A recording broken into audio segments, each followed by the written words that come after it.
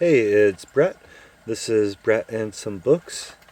We are continuing The Silver Chair, which is book 4 in the Chronicles of Narnia. We're on chapter 6, The Wild Wastelands of the North. And there's the illustration. At about 9 o'clock next morning, 3 lonely figures might have been seen picking their way across the shrubble by the shoals and stepping stones. It was a shallow, noisy stream, and even Jill was not wet above her knees when they reached the northern bank. About 50 yards ahead, the land rose up to the beginning of the moor, everywhere steeply and often in the cliffs. I suppose that's our way," said Scrub, pointing left and west to where a stream flowed down from the moor through a shallow gorge, but the marsh-wiggle shook his head. "The giants mainly live along the side of that gorge," he said. "You might say the gorge was like a street to them. We'll do better straight ahead, even though it's a bit steep." They found a place where they could scramble up, and in about 10 minutes stood panting at the top. They cast a longing look back at the valley land of Narnia, and then turned their faces to the north. The vast, lonely moor stretched on and as far up as they could see. On their left was rockier ground. Jill thought that it must be the edge of the mountain's gorge, and did not much care about looking in that direction. They set out. It was a good, springy ground for walking, and a day of pale winter sunlight. As they got deeper into the moor, the loneliness increased. One could hear pewits and see an occasional hawk. When they stopped in the middle of the morning for a rest and drank a little in a little hollow by the stream, Jill was beginning to feel that she might enjoy adventures after all, and said so. "We haven't had any yet," said the marsh-wiggle. Walks after the first halt, like school mornings after a break or railway journeys after changing trains, never go on as they were before. When they set out again, Jill noticed that the rocky edge of the gorge had drawn near, and the rocks were less flat, more upright than they had been. In fact, they were like little towers of rock, and what funny shapes they were. "I do believe," thought Jill, "that all those stories about giants might have come from those funny rocks. If you were coming along here when it was half dark, you could easily think those piles of rocks were giants. Look at that one now. You could almost imagine that the lump on top was a head.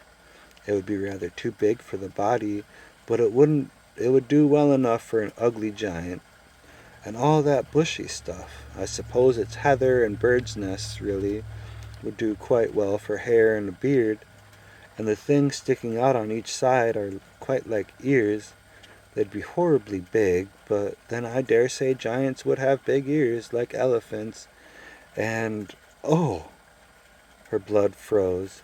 The thing moved. It was a real giant. There was no mistaking it. She had seen it turn its head.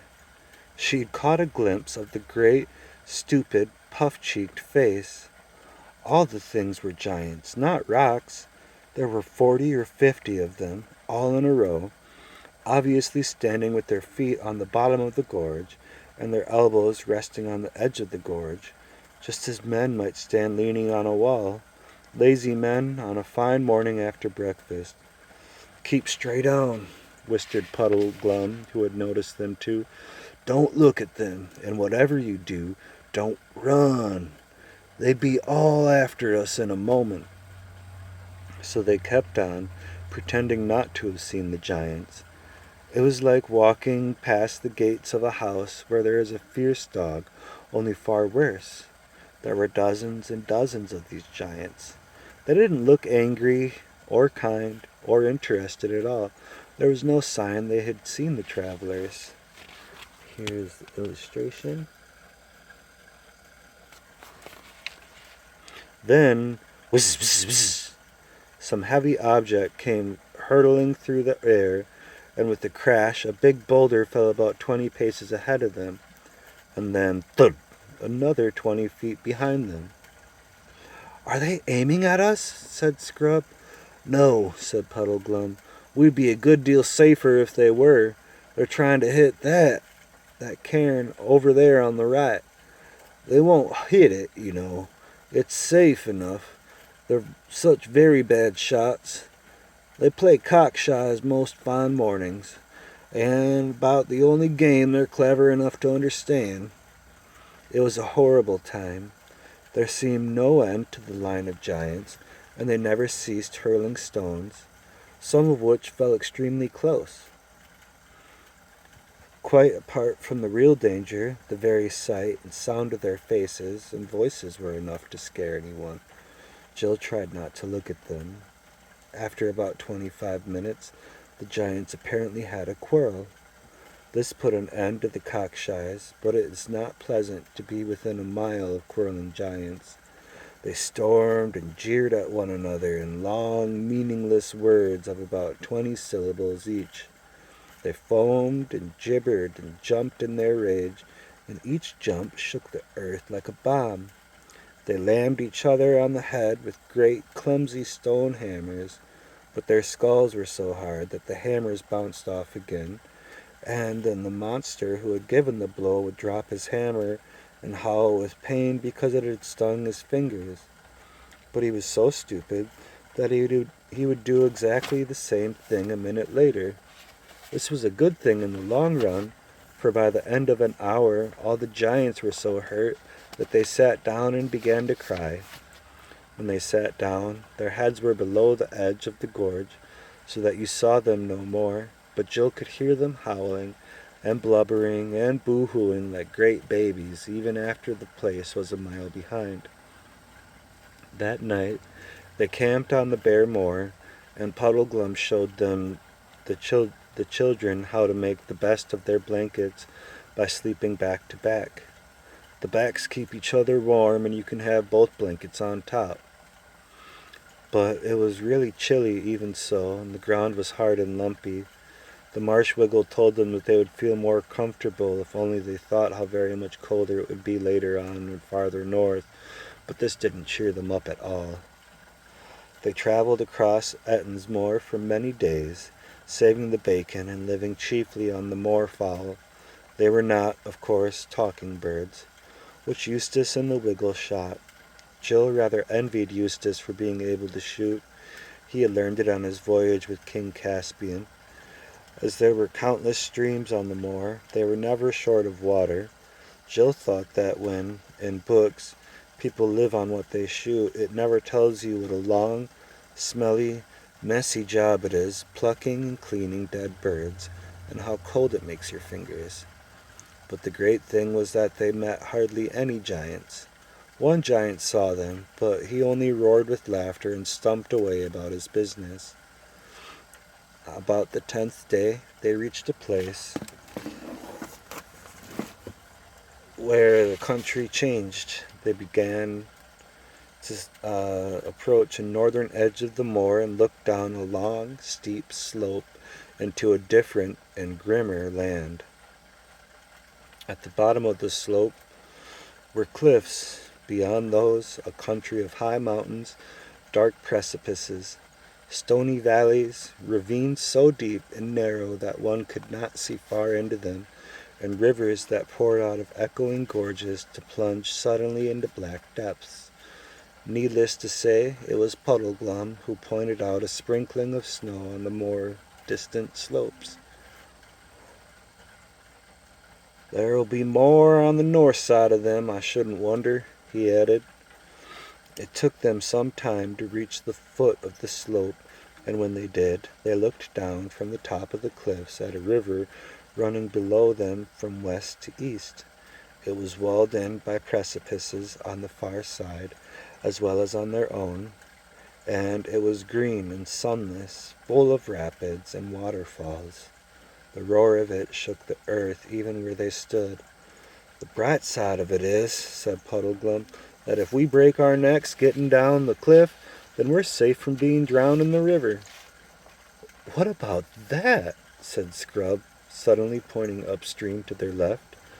They all looked, saw the last thing they were expecting, a bridge. And what a bridge, too. It was a huge single arch that spanned the gorge from cliff top to cliff top, and the crown of that arch was as high above the cliff tops as the dome of St. Paul's is above the street. There is that bridge. Why, it must be a giant's bridge, said Jill. Or a sorcerer's, more likely, said Puddleglum. We've got to look out for enchantments in a place like this. I think it's a trap. I think it'll turn into mist and melt away just when we're out in the middle of it.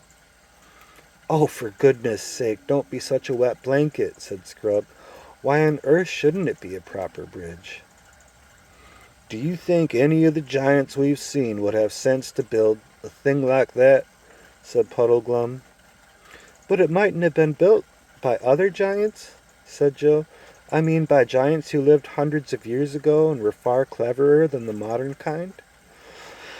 It might have been built by the same ones who built the giant city we're looking for, and that would mean we're on the right track. The old bridge leading to the city. That's a real brain wave, Poe. That's a real brainwave, Poe, said Scrub. It must be that one. Come on. So they turned and went to the bridge, and when they reached it, it certainly seemed solid enough. The single stones were as big as those at Stonehenge, and must have been squared by good masons once, though now they were cracked and crumbled. The balustrade had apparently been covered with rich carvings, of which some traces remained, mouldering faces and forms of giants, minotaurs, squids, centipedes, and dreadful gods. Puddleglum still didn't trust it, but he consented to cross it with the children. To climb up to the crown of the arch was long and heavy. In many places the great stones had dropped out, leaving horrible gaps through which you looked down on the river foaming thousands of feet below. They saw an eagle fly under their feet, and the higher they went, the colder it grew, and the wind blew so that they could hardly keep their footing. It seemed to shake the bridge. When they reached the top and could look down the farther slope of the bridge, they saw what looked like the remains of an ancient giant road stretched away from them into the heart of the mountains. Many stones of its pavement were missing, and there were wide patches of grass between those that remained.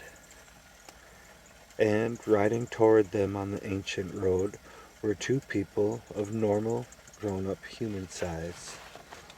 Here's an illustration of that.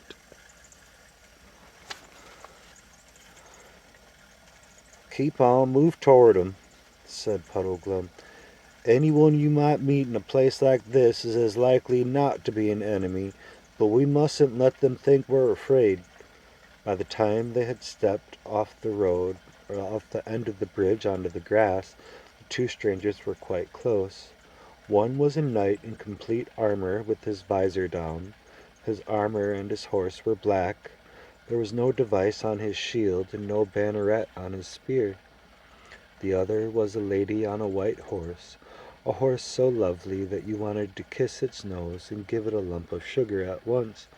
But the lady, who rode side saddle and wore a long fluttering dress of dazzling green, was lovelier still.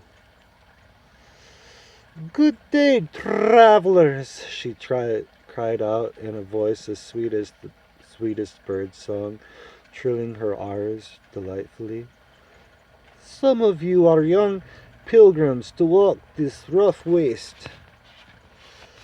That's as may be, ma'am," said Puddleglum, very stiffly and on his guard. "We're looking for the ruined city of giants." "The ruined city," said the lady. "That is a strange place to be seeking. What will you do if you find it?" "We've got to," began Jill, but Puddleglum interrupted. "Begging your pardon, ma'am, but we don't know you or your friend. A silent chap, isn't he? and you don't know us. And we'd as soon not talk to strangers about our business, if you don't mind. Shall we have a little rain soon, do you think?" The lady laughed, the richest, most musical laugh you can imagine. "Well, children," she said, "you have a wise, solemn old guide with you. I think none of the worse of him for keeping his own counsel, but I shall be free with mine. I have often heard of the giantish city ruinous, but never met any who could tell me any way thither. This road leads to the burg and the castle of Harfing, where dwell the gentle giants. They are as mild, civil, prudent, and courteous as those of Ettinsmore are foolish, fierce, savage, and given to all beastliness. And in Harfing you may or may not hear tidings of the city ruinous, but you certainly will find good lodgings and merry hosts. You would be wise to winter there, or at least to tarry certain days for your ease and refreshment. There you shall have steaming baths, soft beds, and bright hearths, and the roast and the baked and the sweet and strong will be on the table 4 times a day." "I say," said Scrub, "that's something like. Think of sleeping in a bed again. Yes, and having a hot bath. Do you think they'll ask us to stay? We don't know them, you see." "Only tell them," said the lady, "that she of the green kettle salutes them by you, and has sent 2 fair southern children to the autumn feast." "Oh, thank you so very much," said Jill and Scrub. "But have care," said the lady, "on whatever day you reach Harfang, that you come not to the door too late, for they shut their gates a few hours after noon, and it is the custom of the castle that they open to none once they have drawn the bolt, how hard ever they shall knock." The children thanked her again, and with shining eyes, and the lady waved to them. The Marsh Wiggle took off his steeple hat and bowed very stiffly. Then the knight and the lady started walking their horses up the slope of the bridge with a great clatter of hoofs. "Well," said Puddleglum, "I'd give a good deal to know where she's coming from and where she's going. Not the sort you'd expect to meet in the wilds of Giantland, is she? Up to no good, I'll bound." "Oh, rot," said Scrub. "I thought she was simply super. And think of hot meals and warm rooms. I do hope Harfang isn't a long way off." "Same here," said Joe. "And I thought she was, and hadn't she a scrumptious dress? And the horse—" "All the same," said Puddleglum, "I wish we knew a bit more about her." "I was going to ask her all about herself," said Jill, "but how could I when you wouldn't tell her anything about us?" "Yes," said Scrub. "And why were you so stiff and unpleasant? Didn't you like them?"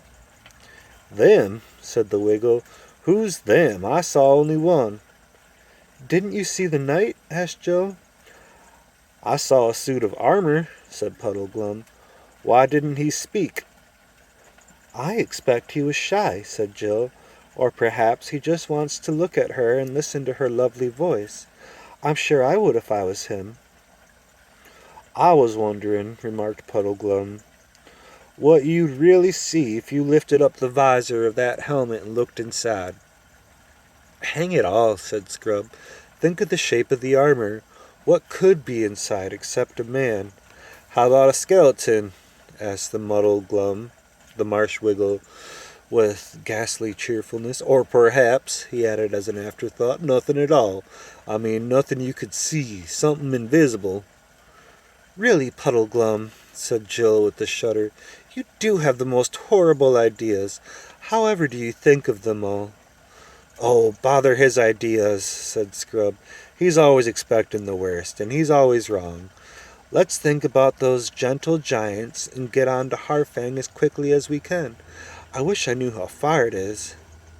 And now they nearly had the first of those quarrels which Puddleglum had foretold. Not that Jill and Scrub Scrub hadn't been sparring and snapping at each other a good deal before, but this was the first really serious disagreement. Puddleglum didn't want them to go to Harfang at all. He said that he shouldn't know what a giant's idea of being gentle might be, and anyway, Aslan's signs said nothing about staying with giants, gentle or otherwise. The children, on the other hand, who were sick of wind and rain, and skinny fowl roasted over campfires, and hard, cold earth to sleep on, were absolutely dead set to visit the gentle giants. In the end, Puddleglum agreed to do so, but only on one condition. The others must give an absolute promise that, unless he gave them leave, they would not tell the gentle giants that they had come from Narnia, or that they were looking for Prince Rilian. And they gave him this promise and went on. After that talk with the lady, things got worse in two different ways. In the first place, the country was much harder. The road led through endless, narrow valleys down into a cruel north wind blowing in their faces. There was nothing that could be used for firewood, and there were no nice little hollows to camp in as there had been on the moor. And the ground was all stony and made your feet sore by day and every bit of you sore by night. In the second place, whatever the lady had intended by telling them about Harfang, the actual effect on the children was a bad one. They could think about nothing but beds and baths and hot meals and how lovely it would be to get indoors. They never talked about Aslan or even about the lost prince now. And Jill gave up her habit of repeating the signs over to herself every night and morning. She said to herself at first that she was too tired, but she soon forgot all about it. And though you might have expected that the idea of having a good time at Harfang may have made them more cheerful, it really made them more sorry for themselves, and more grumpy and snappy with each other, and with Puddleglum. At last they came one afternoon to a place where the gorge in which they were traveling widened out, and dark fir trees rose on either side. They looked ahead and saw that they had come through the mountains. Before them lay a desolate, rocky plain. Beyond it, further mountains capped with snow. But between them and those further mountains rose a low hill with an irregular, flattish top. "Look! Look!" cried Jill, and pointed across the plain. And there, through the gathering dusk, from beyond the flat hill, everyone saw lights. Lights! Not moonlight, not fires, but a homely, cheering row of lighted windows. If you have ever been in the wild wilderness, day and night for weeks, you will hardly understand how they felt. "Harfang!" cried Scrub and Jill in glad, excited voices, and "Harfang!" repeated Puddleglum in a dull, gloomy voice, but he added, "Hello, wild geese!" and he had the bow off his shoulder in a second. He brought down a good fat goose. It was far too late to think of reaching Harfang that day, but they had a hot meal and a fire, and started the night warmer than they had been for over a week. After the fire had gone out, the night grew bitterly cold, and when they woke the next morning, their blankets were stiff with frost. "Never mind," said Jill, stamping her feet. "Hot baths tonight." And that's the end of chapter 6.